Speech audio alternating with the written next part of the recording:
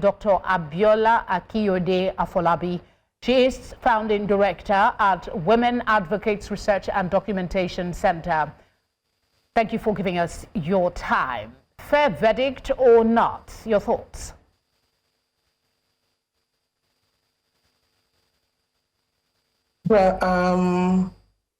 Well, thank you very much. I believe that this is really a victory, not only for the late Osinachi, but also for women in Nigeria who over time have had to go through this process, and some have to die.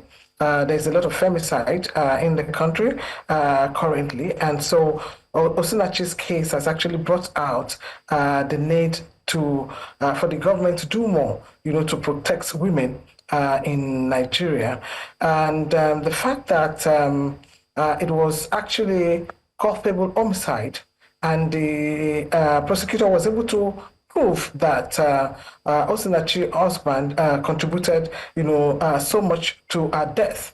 Also, it's a big victory, and the fact that the VAP Act was also used is also another victory for the women in Nigeria.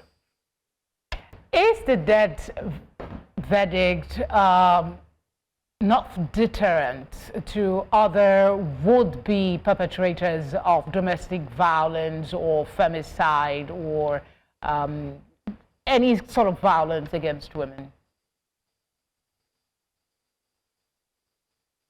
Well, the death penalty, there are two arguments. There are advantages and there are disadvantages.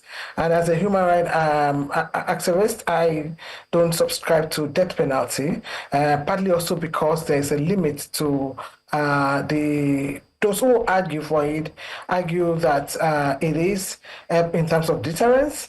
They also say that there's justice for victims and family, which is what we're enjoying currently, to say, yes, at a point in time, justice came for Osinachi.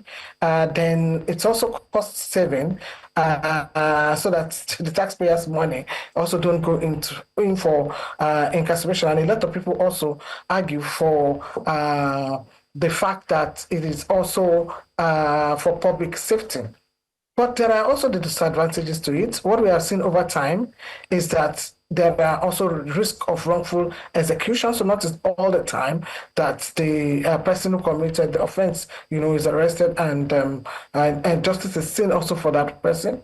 It's also cruel, because if you read this against Section 34 of the Constitution, which talks about human dignity, you raise the issue of whether capital punishment is the best, to give, or not.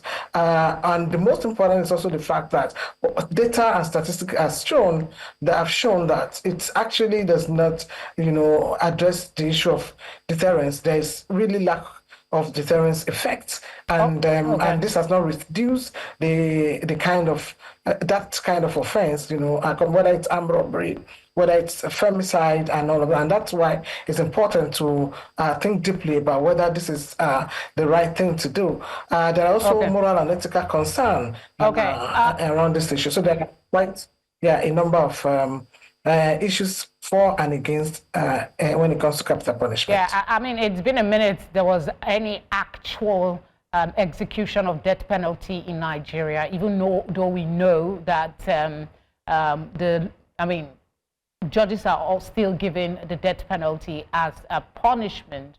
But holistically, how does this look for the Nigerian justice system stance on domestic violence and femicide, and what message does it send to perpetrators of abuse and violence in Nigeria? I mean, the time span for this verdict to be read, it's about roughly 3 years from when the case was instituted to now.